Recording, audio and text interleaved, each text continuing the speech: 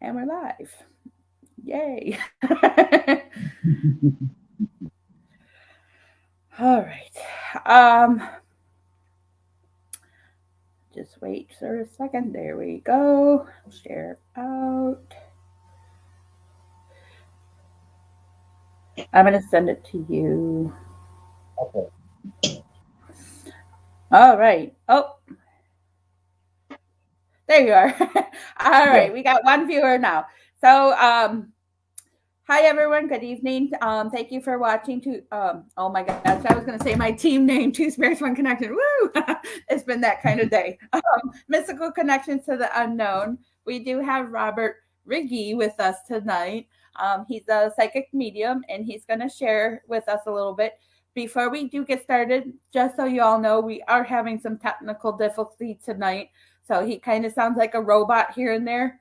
It's probably my poopy internet service. I don't know. We don't know whose end it is, his or mine. It could be his too. For the mere fact that the spirits around him don't want him to talk. Um, so we'll see. We'll see how this goes tonight. But thank you for joining us, and we're gonna have Robert start telling us a little bit about himself. Go ahead, Robert. Thank you so much. And thank you, Holly. I appreciate you inviting me on tonight. I really appreciate that. Thank you. And yeah, I am a psychic medium. I also have a master's degree in forensic psychology and clinical social work from the University of Florida. In 1980, I and four other psychologists interviewed Ted Bundy while he was on death row. Oh I wow. became I became a criminal profiler for the state of Florida for 30 plus years. My first paranormal experience is when I was 4 years old, and I will be 67 this month. The 21st of November, I'll be 67. And so this journey has been an incredible journey in so many ways. I have learned so much about myself in so many ways. My experiences within the paranormal field have changed my life completely. And I must say, my brothers and sisters who are listening to this tonight, that the paranormal journey is only part of my journey.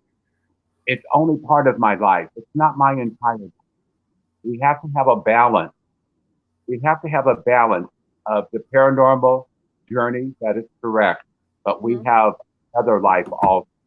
Okay. Right. My first experience is when I was 4 years old. Oh, let me stop for a second. I must tell everyone that I am Italian and I'm Spanish also heritage, so I use my hands a lot. I'm also gay, so I can talk till the cows come home. You know what I mean? So I may be a little flowery here and there, right? Okay, but anyhow, and and also I'm gay. I'm Roman Catholic. My spirituality is on my Roman Catholicism. I don't try to convert anyone to anything. I don't care what anybody else is. But for me personally, my Roman Catholicism is Right. really my part of my life. Okay. Right. And I'm the same way. I'm a Roman Catholic. I was married to an Italian, so you'll see me like we're not married anymore, thank God. But I'm not married either, thank God. Oh my God, thank you. I appreciate that. but I Thank do you. talk with my hands, and I'm like actually have my hands in my lap, trying not to talk with my hands. So I get Oh, it. okay, good.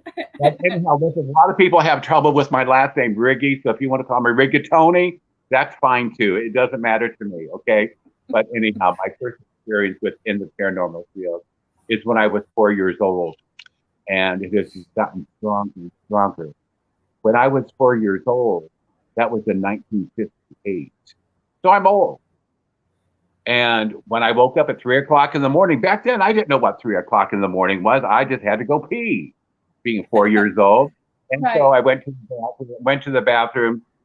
Um, my mom said, "What's wrong? What's wrong?" My parents were in bed, and she heard me up. She thought I was sick, and so she goes, "Well, crawl into bed with us when you're, done, whatever." So I did. She goes, "What woke you up?" And I said, "I saw Abraham Lincoln." Now remember, I'm 4 years old. And I was born and raised in Illinois. Right now, I'm in Taos, New Mexico, which is just beautiful in northern New Mexico, just beautiful in the mountains, beautiful. But anyhow, when I saw Abraham Lincoln, I wasn't scared. he shook his head and he smiled at me. And later on in my paranormal journey, my brothers and sisters, that was an indication about my gifts and my talents and that I should go with them. It was almost like a validation from Abraham Lincoln, right? Right. It's the only time I saw him. So thank you, Abe, for for bringing me into the field, as they say. You know, but anyhow, again, 1958, my first experience, and I had to be very careful. 50 years prior to that, my brothers and sisters, the culture here in America, people were having seances, tipping tables, reading cards, tea leaves, you name it, throwing bones, as they say, doing all sorts of things, right? But in the late 50s and 60s, things began to change. It was taboo, even to Yeah. talk about paranormal completely. Now, during the 60s, also, there was a lot of turmoil in our country. And for a lot of our brothers and sisters who don't were not born until the 80s and 90s, but during the 60s, there was like the civil rights movement. There was the gay rights movement. There was the Vietnam War. For us Mhm. Catholics, it was too. And so there was a lot of upheaval. Things were changing. Women were getting into the workforce. There was something called the Equal Rights Amendment, which most people don't even realize during that time also. But anyhow, our culture and our society was changing. And so my parents said never say anything Right. to anyone out of the family. In my Italian family, I have 72 first cousins. Okay. My father was born in Milano. My mom was born in Barcelona, Spain. So my Italian family was huge. I have 72 first cousins. We all knew each other. You know what I mean? We all got together. One thing I remember that my parents and I did with our other cousins is that we went to the cemeteries a lot. Going to the Right. cemetery was like going to a family reunion. We brought sandwiches. The older men brought vino, Dago Red and everything. And it was a wonderful experience. I was never afraid of cemetery. At No. night when I go there, if I go there, I'm never scared. Going to funerals, all the kids were brought to all the funerals. Oh yeah. You know, Yep. Yep. you know? And so I just grew up thinking that was normal, natural. Right. Okay. But anyhow, I did go to a Catholic school, and these damn pesky spirits, when I was in grade school, they kept looking at me, waving at me through the windows and everything, the little kids and whatever. And one time I remember Sister, I went to Catholic school here, and Sister said, "Mr. Riggy, what are you looking at and waving at?" I said, "Sister, there's little kids out there." She goes, "Don't be so insolent. I'll never forget this." And I said, "Sister, I'm telling you the truth." Well, before I know it, I was on the floor. She just whacked me on my face, and that was, and I felt terrible. And I was really embarrassed. Right. And so my parents were right. Never talk about it at all. So I No. began, Yeah. so I began to stuff. I began to stuff these things about what I was experiencing. Hmm. Later on in life, that led me to mentor 15 children in which I will call children of the paranormal. And that was it's very, very close to my heart. Okay. And and so we can talk about that. Also about Ted Bundy and how I interviewed him when he was on death row with other psychologists. And also that I am with children in the very last moments, last hours of their earthly life. And I help them cross over along with these Hmm. angels that I see in heaven. And that is a beautiful journey also. I also do past life regression, and I've used that in my own private practice as well. I help a lot of folks with the grieving process. I do Huh. I don't know how many readings I've done in my past, in this life. I really don't, but it's thousands of. Right. And so the paranormal, like I said, is part of my life, not my Right. entire life. I Right. volunteer all over the United States. That's why I'm here in New Mexico right now. January 1st through the third week in May, I was on an Indian reservation, Navajo Indian reservation, about an hour and a half away from me. And I loved all the I do that all over the country. I've been to the Appalachian Mountains. I've been to the only leprosy colony that we had. and that was the 70s. I did a lot of internships also. And these internships were in 1974, 75, 76, 77, 78. I went to a lot of state hospitals. And so I know firsthand what those brothers and sisters went through being in the state hospital. I saw the abuse, I saw the neglect, I saw the despair, the frustration of things being done. I saw ECT at that time. You're like going in and out right now. I apologize, everybody. I'm so sorry. So, can you hear me better now? Yeah. Okay, I'm sorry. No, Anyhow. it's okay. It actually sounds like you're underwater, if that makes any underwater? sense. Well, I may be. Maybe that's how I died in my last life. I don't know. But anyhow, it sounds like you're underwater. Now I do. I still do. You go in and out. So there's a couple things I missed that you said, but that's okay. I hope everybody else heard you. Okay. Anyhow, I'll try not to use my hands. Maybe that's what it's doing. Oh, maybe. I don't know. But anyhow, I do a lot of things within the field of psychology. And people ask me, what have I did, in my life? Few of them. I don't like to talk a lot about them. I believe that I'll call. I have my friend's dog in here. Sorry. Oh, I didn't even hear the dog. I'm like, I literally am trying to read your lips at the moment. I don't know. Is anybody else having a hard time hearing him, or is it just me? Like, please comment in the section. If you guys are having a hard time, he is cutting in and out. Do you know sign language? Because I can sign too. So if you want me to sign. I only know words. I don't know sentences. So okay, let's get that idea. But I don't think my guests would know sign language either. But no, I know, just like in Italian, I can pick out words. So when they were talking in Sicilian and stuff, I picked out words, because I know words. I don't know sentences. Okay. I don't know. It just sounds like you're underwater for a moment. So. But anyhow, I've done so much within the paranormal field. I want people, when I speak about my journey, and I want people who to be able to come out. You know what? I've come out of 2 closets. I come out of the paranormal closet. I come out of the gay closet when I was 18 years old, and it's been a hell of a ride. You know what I mean? Right. But I am who I am. I'm not greater, better than anyone. I'm not. Right. I try to be very humble. I try to be. But as the song is, how the song goes, it's hard to be humble. You know what I mean? But anyhow, I'm here, brothers and sisters, and children, 15. And the parents heard me on podcast. Go ahead, Holly. Something?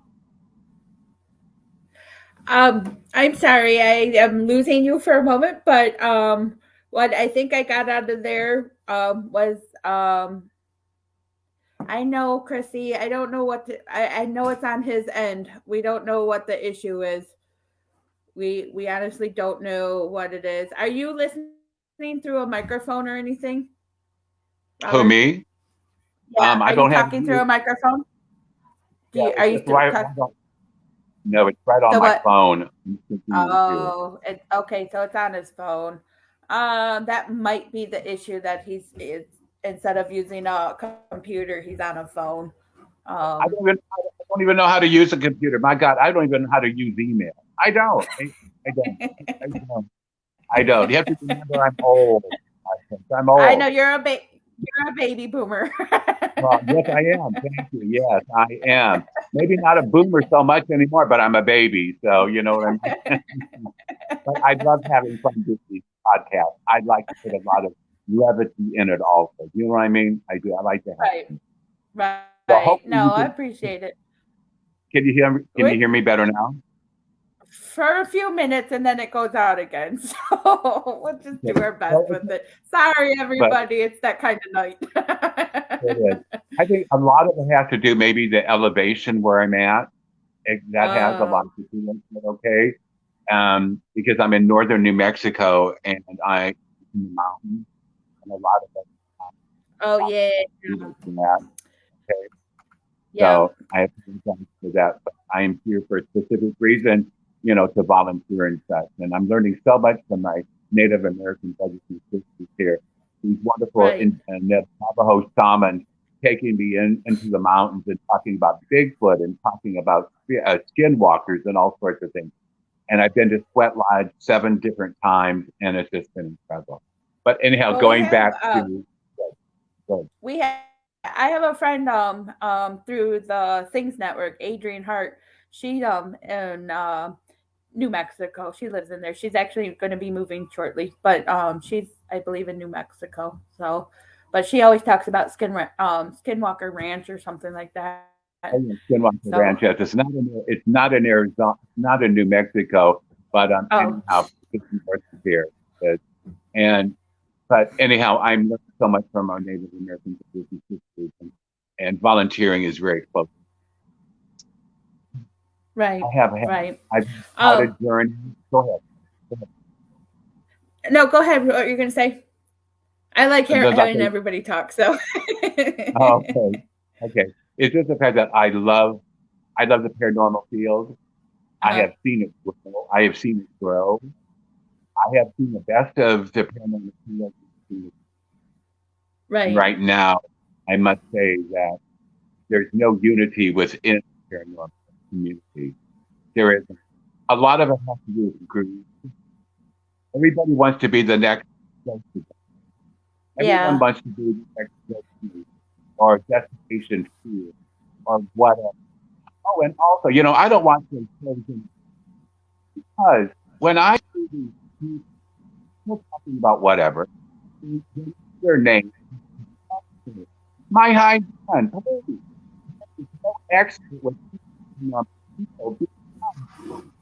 The field is not an absolute time. Right. 100 million in one room. You won't have a different. You won't have. Okay. Mm-hmm. So no one isn't. When I see that or hear that on TV, I can put my poker in my head. I just.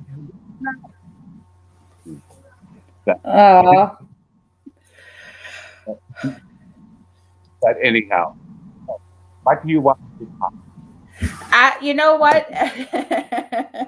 I got a little bit of what you just said. It just seems like every time you kind of talk about something negative is when the words go a little underwater. Wow. Yeah, Christy, she just said something. She goes, she disagrees. There are many of us who do not care about fame or fortune. We try to support each other in the field and show love. Yeah, I think I'm new to the field. I've only been in it 2 years.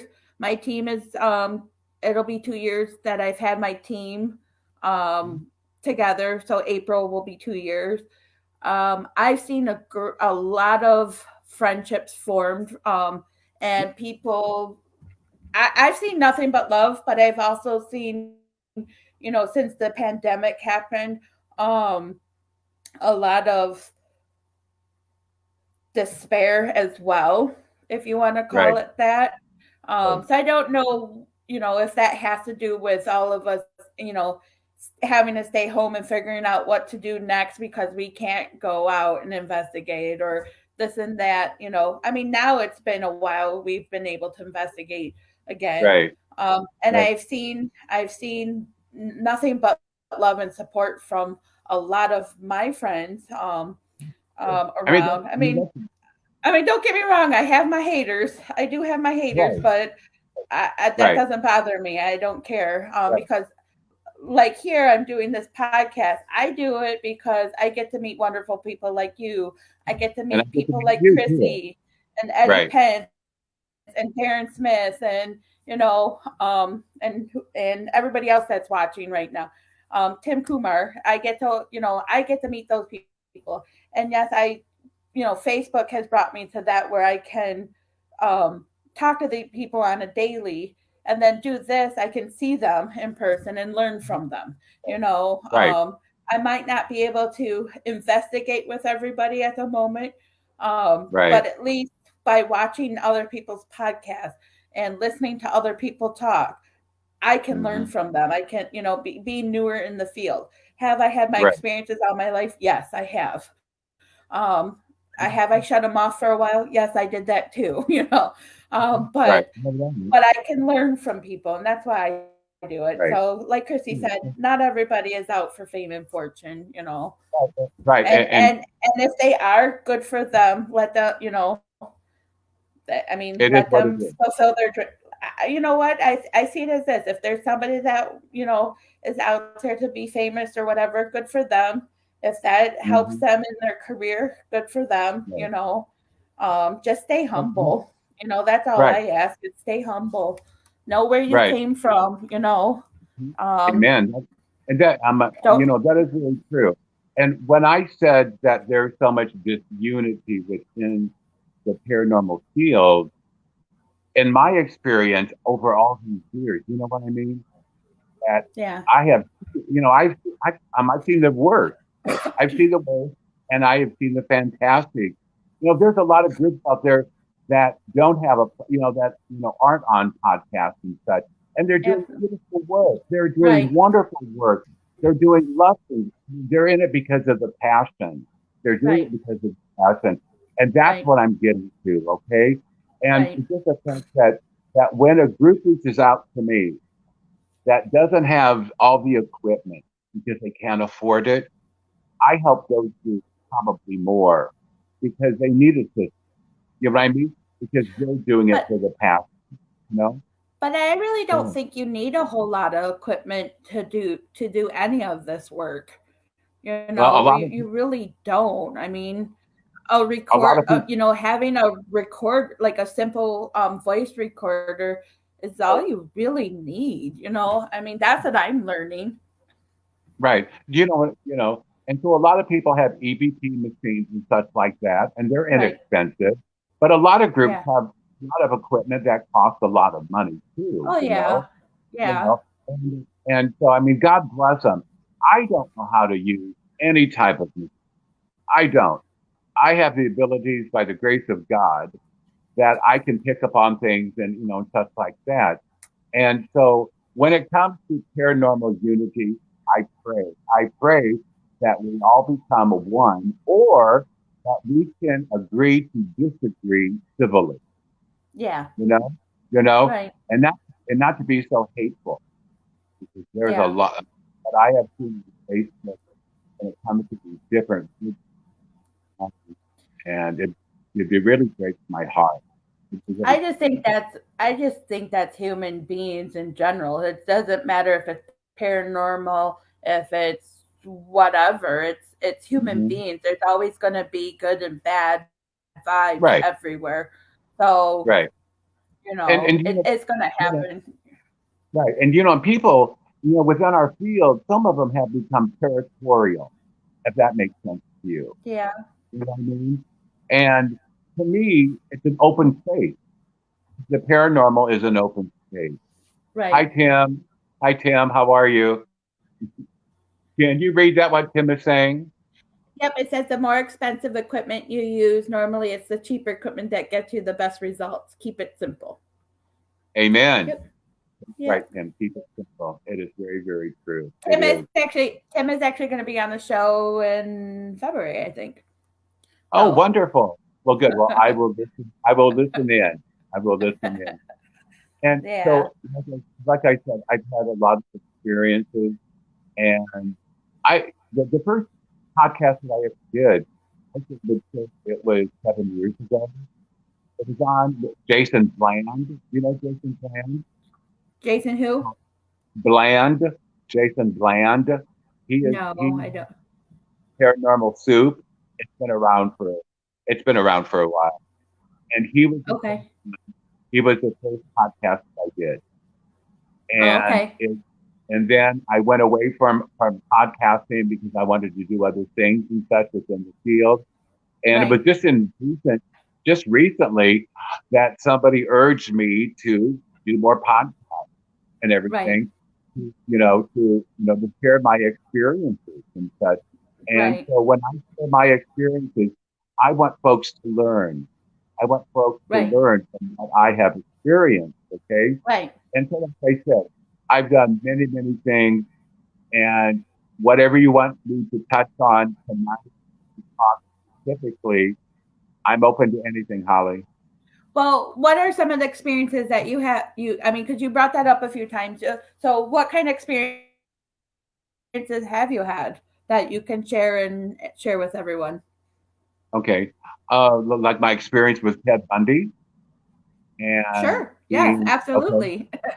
Okay. I know I mean, we all. everybody wants to. I think most of us probably know who Ted Bundy is. So, Yeah. Yeah. Well, okay. Okay. Well, in 1980, um, and I had taken 2 years extra courses in anatomy and physiology because I wanted to learn more about the body, right? Anyhow, in 1980, I talked to the dean of psychology at the University of Florida, where I was, and I asked him, I want to see if we can go and interview Ted Bundy. And he said, Robert, if you want to, go for it. Now, the dean of psychology knew that I'm a psychic medium. He knew that some of the right, other psychologists did. But again, I was very quiet about it. You know what I mean?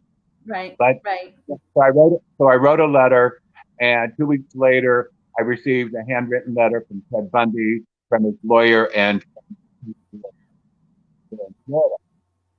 granting us permission, 90 minutes to come and interview Ted.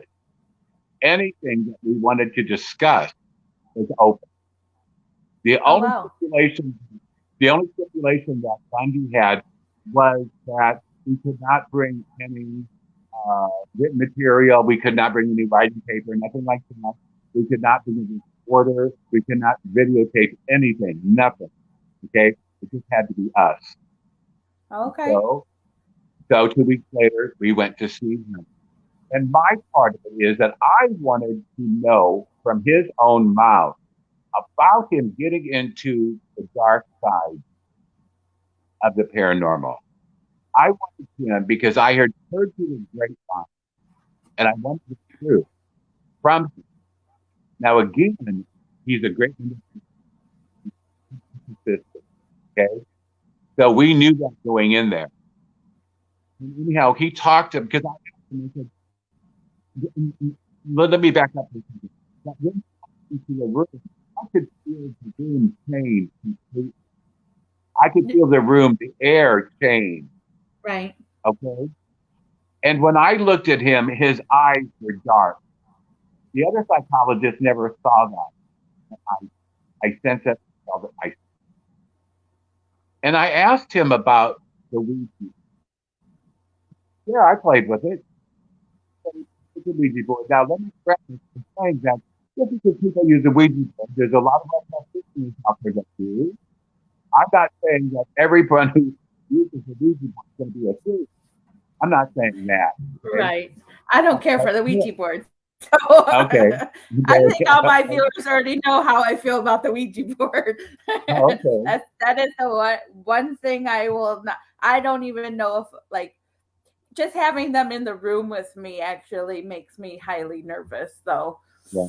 And there's nothing wrong with that, dear. That's yeah, fine. That's fine. yeah. Whatever makes you, I whatever. played with a Ouija board when I was 12 and had a very bad experience that night. So Mm, yeah, going okay. like yeah. Okay.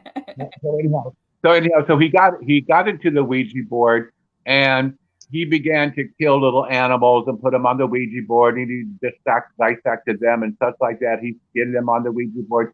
He began to call demons to come in his life and such like that because he was so narcissistic, even at a small age, that at a young age, that he believed that he could have power over them. Oh yeah, Well, yeah. and so anyhow, he kept and he would party when he was using the Ouija board, he would drink and he spoke a little, whatever. But he just called more and more demons out there. He called more demons inside the board, and to come inside of him. He wanted to experience that. Well, he did experience. He did. Yeah. And before you know it, he went into a real dark side, a horrible dark side. Now, there's other stuff that we can go into, but when it comes to the Ouija board, and also I asked him who his mentor was, and his mentor was Ed Gein. Who was You know it? who that is? Ed who? Ed Gein. Gein. Oh, okay. You know who that? You know who that is? The name sounds familiar, but no. Okay, well, Ed Gein, his life was basically in the movies Chainsaw, Texas Chainsaw Massacre. Okay, yes. Okay, and how his life was, the movie was loosely based on him because Okay. he would get people, he would skin them and that type of thing. Yeah. Anyhow, Ted Bundy was obsessed with that. He really, really was. So Yeah. that was his hero. But he was betrayed early on in life. He came from a mother. He had, of course, his mother's name was Eleanor Louise Caldwell. And Ted was born in a women's shelter in Vermont. He was born in 1958. He didn't know who his father was. Others told him that his grandfather was his father. Other people told him other things, right? His family decided to move to Seattle. And his cousins came out to see him and were telling him that his mother, Louise, is really his sister.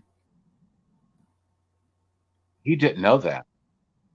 He didn't know that until his cousins told him. And then he confronted his mother.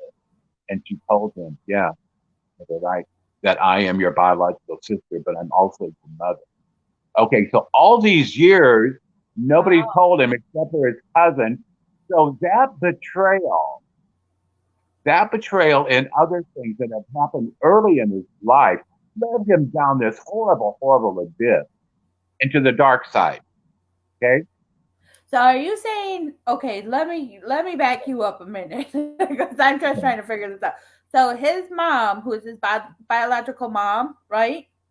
Yes. Is also his sister. So basically, she was probably raped by her dad, got pregnant, and then had him.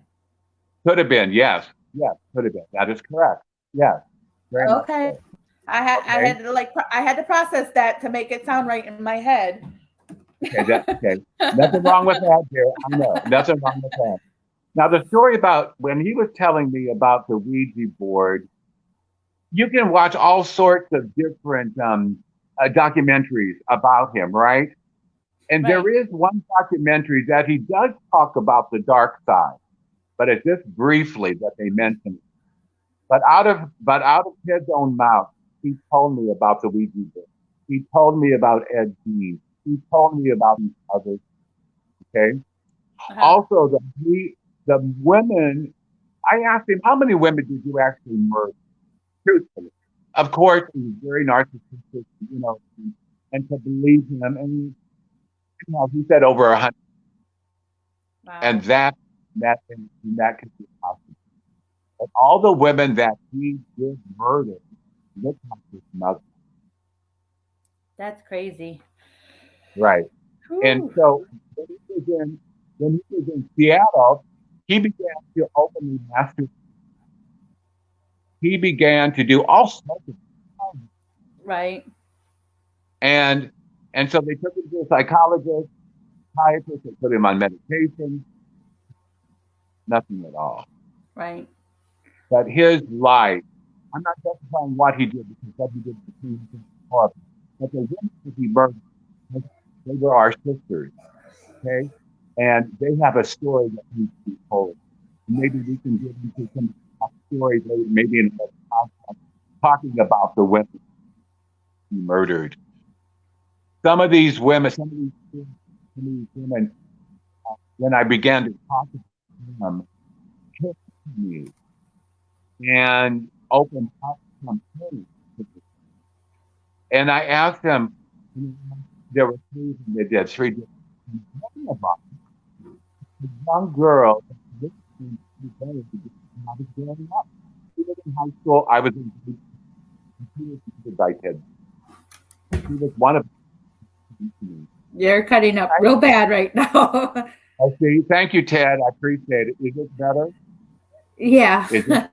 Okay.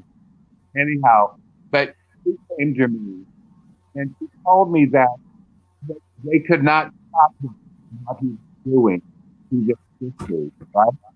Uh-huh. What they did was that they were there to assist the women who was murdered and them crossed over. Oh wow. All they could do. And I was anyhow, there's more about I could get into details. But also that Ted Bundy, I know Ted Bundy, he never played with executed. And I asked him if I could come come to his execution. And he said yes. And so I was one of the 42 to be in the room executed.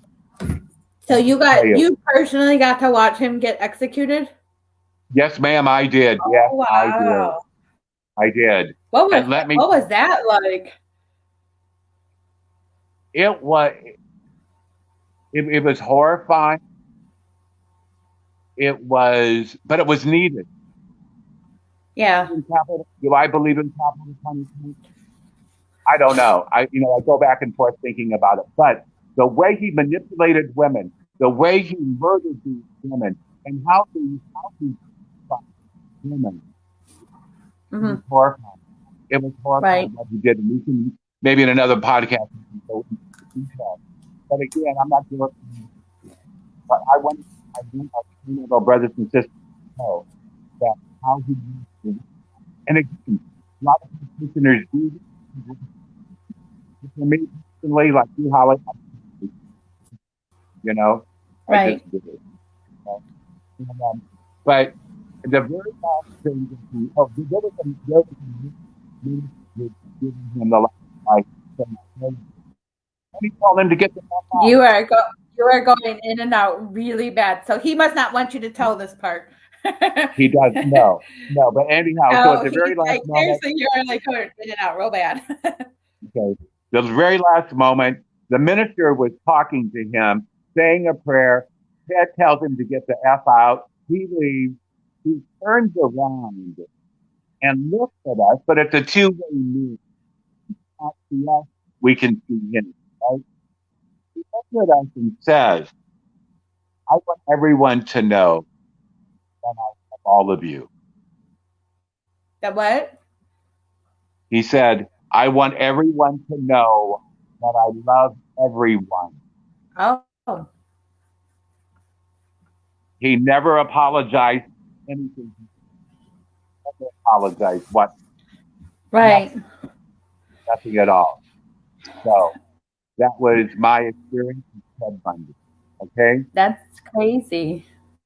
And the children of the paranormal that are very, very close to my heart, because I know what it was growing up myself, right? Right. And these parents had heard me on other podcasts and they reached out to me. And I'll give my number. The whole world has my telephone number because I'm here to help them, right? Right. And so anyhow, so they reached out to me and said, my son is doing this, my daughter's doing that. Can you help? Yes. And so I would meet with them individually. But let me tell you, two of these children, they are young teenagers, or tweens, as they say now. Yeah. that both of them attempted suicide. Oh no. Because their parents did not believe them. They didn't have anyone to turn to. Right. So right.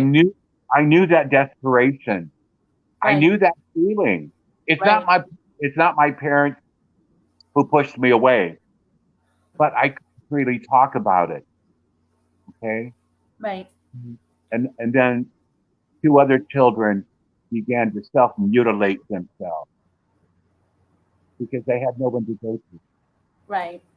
their That's parents gotta be did, tough to do. you know. Right. Anyhow, so I've reached out to these folks, and they're wonderful. These kids are so talented, so gifted. They're not mentally ill at all. I have seen a lot of these children with their parents move things right in front of us, move things right in front of us, or Wow.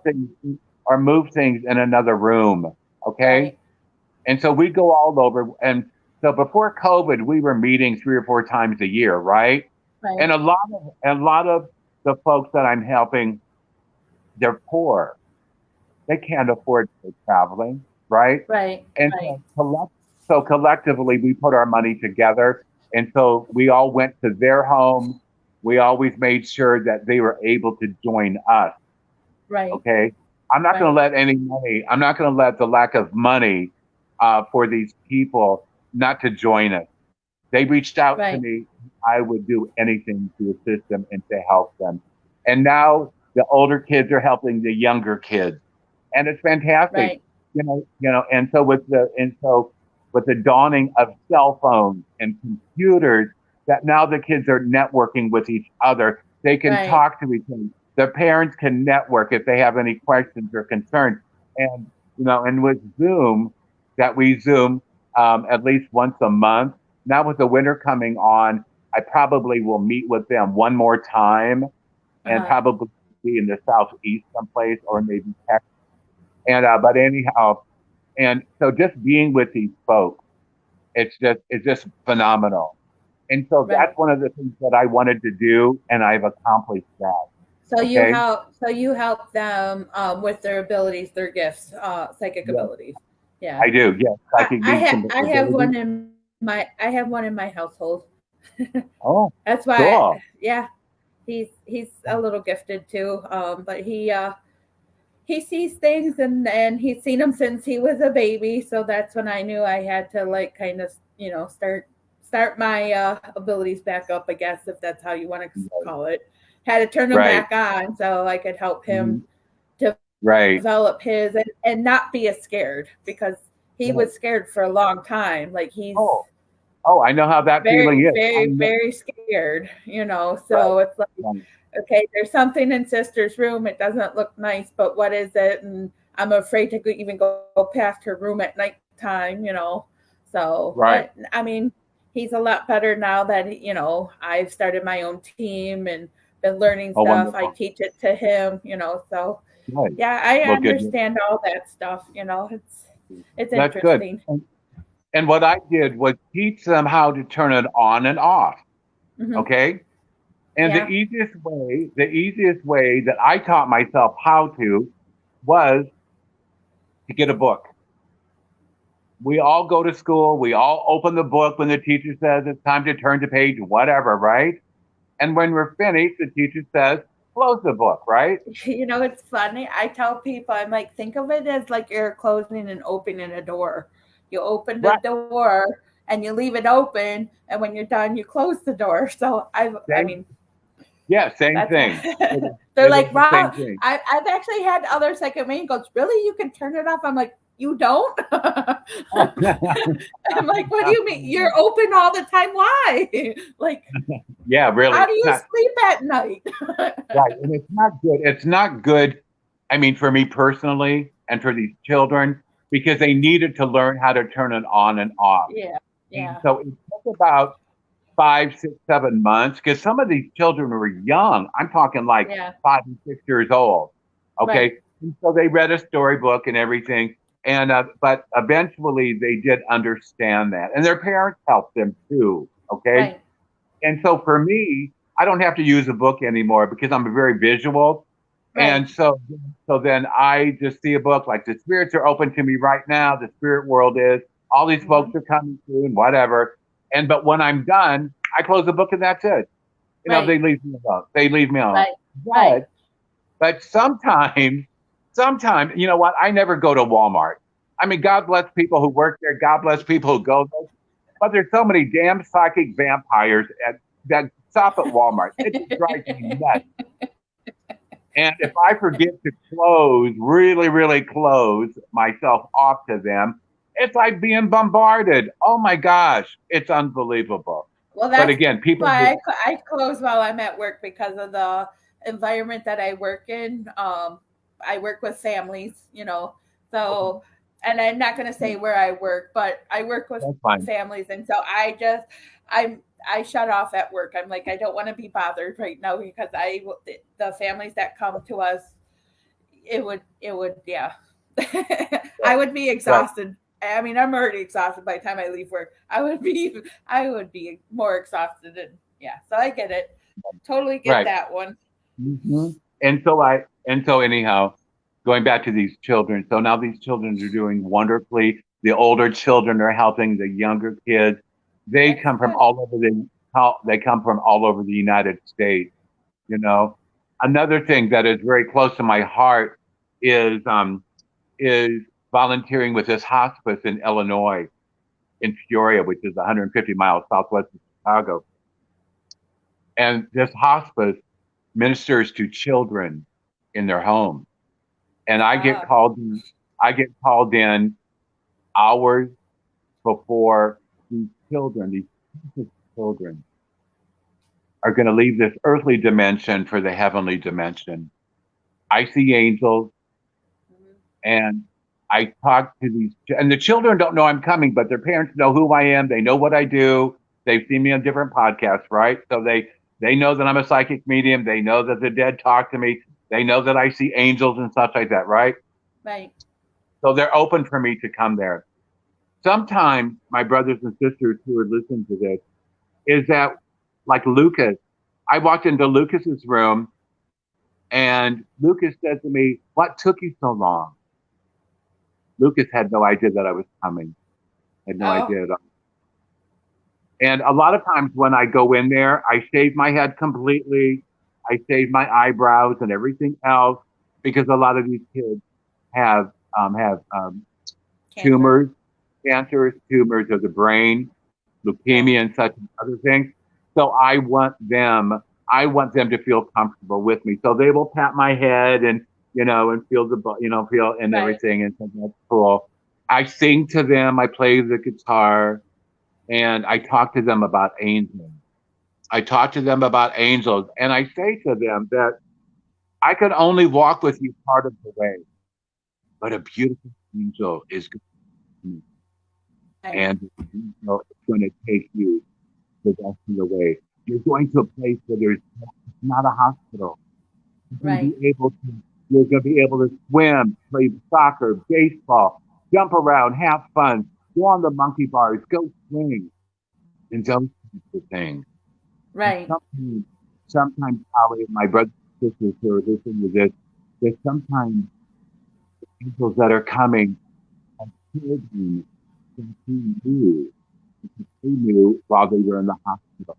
And they had Right. passed, and they come and they escort these precious children to heaven.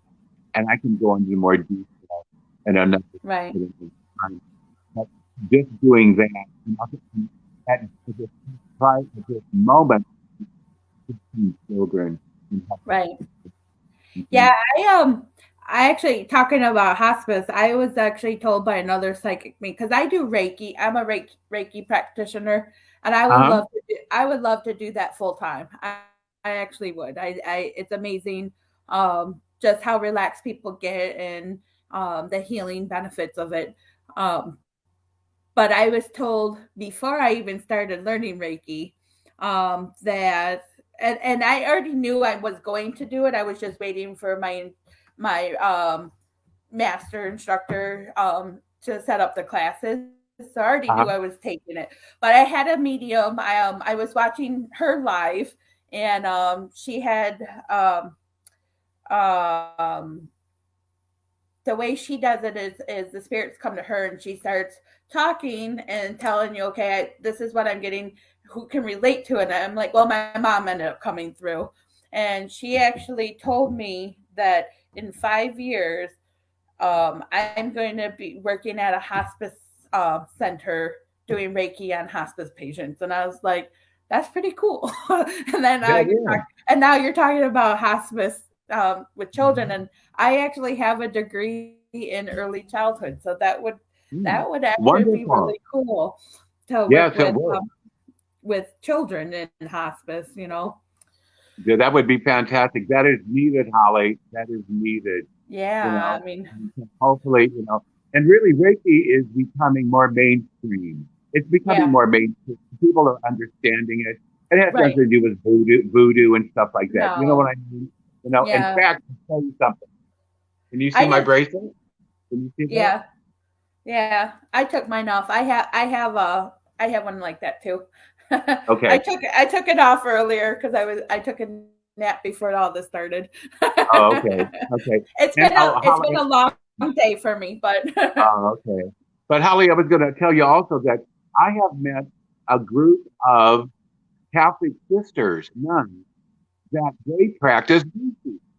you know, I just heard that. I've actually heard that recently. There and I don't know where I heard it from or what I was watching, but I just recently heard how there are some churches like Catholic churches that are learning Reiki, and then and I Yeah, know even some hospitals they're having their nurses learn Reiki to practice, and I'm like, okay, I don't want to work in a hospital. I really don't. Not in this time of day right now. And I have my right, reasons, and I'm not going to get into it. But um, right.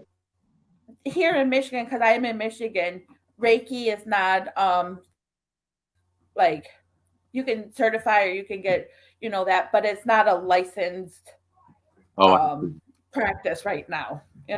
So here in Michigan, they don't recognize it. They're like, nope. Okay. So that's the Oh, I only see. hard part. Is like, so it's like, do I go back to school for massage therapy? I thought about that. That Right. way I'm Uh-huh. protected, under Right. that. And I'm like, I don't know. But anyways, we Right. have 3 minutes left. So I want Oh, to wow. thank everybody. I know, right? It goes by fast when you chat with me. That's what everybody says. They're like, "Wow, that I was love quick," and it. I'm like, I know an hour is kind of short, but it's all I have time for in my busy single mom life. So, You're but doing wonderfully. But thank anyhow, you. thank you, Holly. And my brothers and sisters, before I go, I want to tell everyone, please love yourself. I know it's easy to love someone, but we need to love ourselves. Love the inner child Absolutely. who's been hurt inside of you, okay? Time to get off the back burner, set yourself up front, do something good for you. And also that we Absolutely. can we can we can forgive everyone else. But the hardest person to forgive is ourselves. So my brothers and sisters, please forgive yourself. Okay? Please Right. do. Okay? Absolutely. And So so I want love, to go ahead. Go ahead. love, light, and peace to everyone. My telephone number, can I give my number out quickly? Absolutely. Go ahead. 309 213 0325. Hold on. 309 213 0325. Call me, text me, Go a little and slower tell because me. I'm going to go one more time. Go do it slower and I will type it in. 309 Okay. 213 03 213 0325. 0325. So I got 309-213-0325. That's correct. And Okay. everyone, thank you for listening tonight. Thank you, Holly. Thank you, God, that anyhow that StreamYard has finally is settled down. So I come back to that. But anyhow, It's thank you. funny. I But will tell you this. You were pretty much clear whenever you weren't talking about Ted Bundy. It was and then when you kind of started talking about the angels a little bit is when you muffled. The rest of the time you were clear as day. no, and also sometime, Holly, if you want me back on. But anyhow, I would like to talk about the two exorcisms that were sanctioned by the Catholic Archdiocese of Chicago and what my role was in that and what Okay. I experienced. Okay. Yeah, absolutely. Okay. Well, Well, thank you thank everybody you for again. joining us. We appreciate you. Next up is Guza's show, Cryptic Paranormal, with Denise and Heidelberg. They are up next, so stay tuned on there. And then I believe on Things Network is the Petri Dish, so stick around for that as well. You guys have a great night, and we'll see you next week. Thanks. Oh, and next week is Thank you. Veterans Day. Next week is Veterans Day, and we are going to have quite a few veterans on for the show. So we'll Wonderful. talk about Thank you, that. veterans. Thank you, So veterans, for your service. Thank you. yeah, Thank you, Holly. thank you. God bless. Yep, you too. Thank you. Bye.